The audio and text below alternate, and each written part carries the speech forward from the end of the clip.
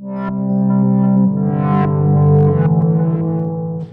again, welcome back. So, this time we're back on the R33 yet again, and we're measuring up the overfenders. Now, if you saw the video quite a while back where I got these unpackaged all the parts and you saw what was going on, these are like complete fiberglass overfenders that do like essentially like the GTR width. So, if we compare that side where the wheels sat really far in, it's probably easier to show you from the back actually. And this side where it's really like straight and skinny, and I'll show you this one. And then there obviously it kicks out just above the wheel.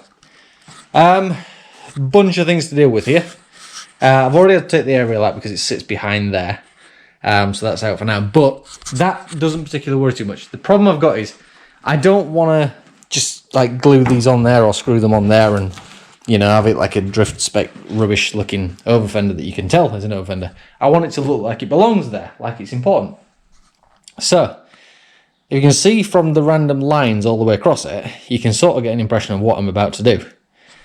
And the way I'm going to do it, or hoping to do it, is to cut out what's not essential. So, I'm not going all the way up there, not going all the way up there, not going all the way up there, and around the corner, everything like that.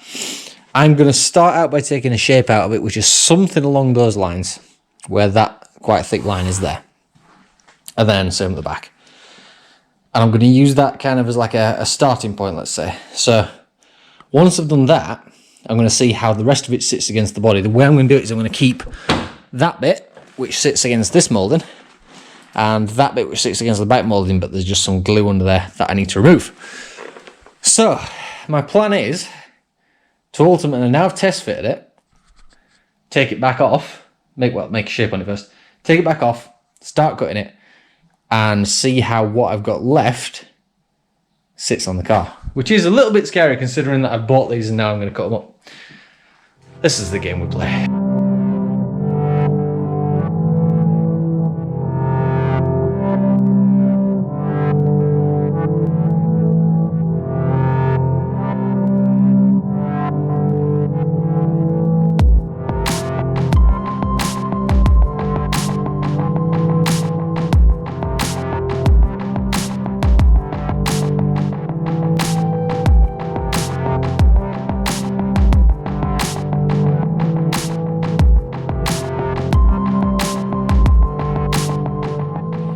Okay, so this is where I'm at right now with it. Now, it's taken a little bit of fettling to get this far. As you can see, I've cut out some obvious bits around the edges. We're not using any of that, obviously.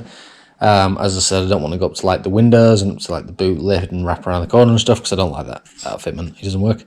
So, where we're at right now is that is roughly fitted on, and it's got 3 drilled hole with screws holding it in place right now. It's, like, lined up. The issue I've got is the line I want is that one, that body line there, because it continues along the door. So if that's not there when the door's back on, it won't look right. So the next thing I'm going to do is make sure I've got that as near as perfect as I can, and then take it back off and prep the arch. Right, I apologise if there's any inconsistency in these videos because I'm filming multiple things at the same time, which never works out easy, but you know, let's hope it works out. Right, Skyline. They are now, well, so that singular one is now on. As I said, I've cut away all this kind of stuff, and I've now cut away like the bottom corner there and this bottom area there, which I don't need that anymore.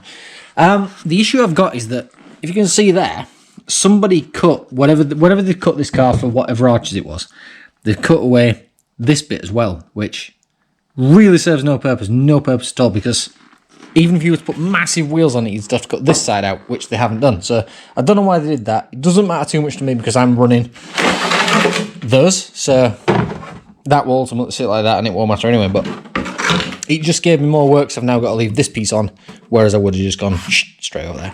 But that's my problem. With a lot of fettling and a bit of tweaking, they do actually fit really nicely, and these turned up. So I don't know if I'm going to be able to show you these. I'm going to try. Right. If the camera will focus on it, which it might not, but we'll give it a moment. Right, so that if you can sort of see it even in like blurred vision, if you like, it's got like a dome on the inside rather than the outside. So they, in theory, sit nicely into what you're doing. and it gives you less sort of protruding outwards to fill over. So if that was sat in a hole, for example, it would sit hopefully quite well in. We'll find out pretty soon. But that's my plan there. In the meantime, what I've got to do is take it back off, make sure I've got all the holes drilled that I'm using for those, treat all the holes, under seal the actual arch itself, where we're going to be, where somebody's previously cut it out, where you would cut it out, and then I think once we get to that point, we can seal it all up. And my plan is to put these in and ultimately like tiger seal or panel bond around the edge, so that once they're in, they'll hold it as well. It'll give me less surface to go over with like filler or whatever, because it's the same way that I'm going to lose them. So obviously if there's a screw there, that's like a massive sticky out part, and that's no good long term. So those kind of things sat in there will be completely different, because if you've not used a rivet before, that bit will all disappear, the shaft will disappear, and it will end up with like just that sort of flat edge, hopefully, flat edge. But again, time will tell. So next thing to do is now I've got it in place, I'm gonna take it back off, paint all the holes that I've drilled so nothing rusts, and then we can actually look up at, as I said, sealing it all up. Right then, so I've taken off the arch, put that there for now, and had a look what's underneath it, and as I said, somebody's already cut all this out. This is not my work. But they cut it out, folded the lip up, and welded it all together. Ultimately, the wheel's going to sit further out. So what I think I'm going to do and why I've masked it up is because all of that area, I might as well just underseal it, because that is going to get splattered from water. Because like I said, if the wheel's out here, it's going to come up there, it's going to sit inside that. And what we don't want to do is to eat away into there and never to be able to see what's going to... Because ultimately, that's going to be on forever.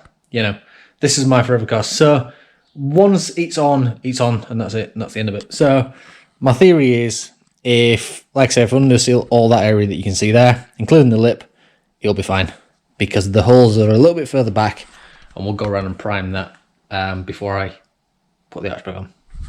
Right, that should be pretty good now. So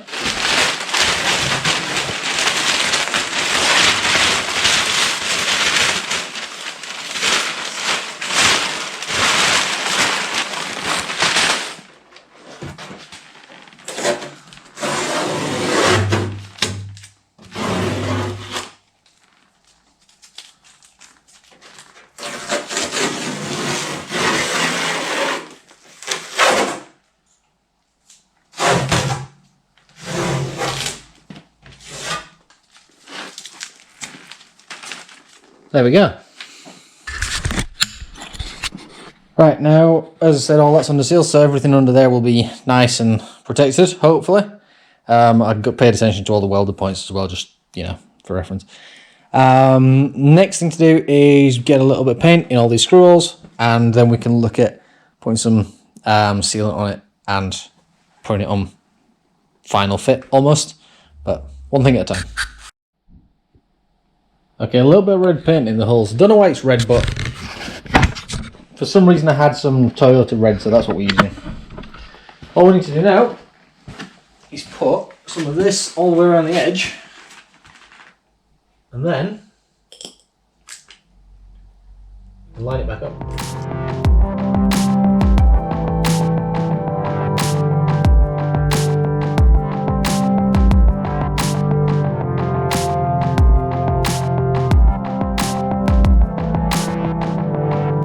That's plastered in glue, so here goes, well, everything, I guess. Just set the camera down, get some screws and a screwdriver ready. Now done.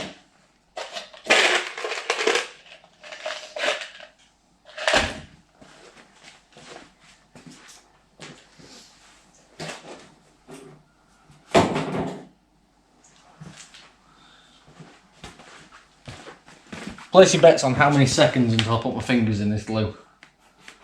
I'm surprised I haven't done it yet, if I'm honest. Oh, never mind, I've done it. Scratch that. Don't need those tyres anyway.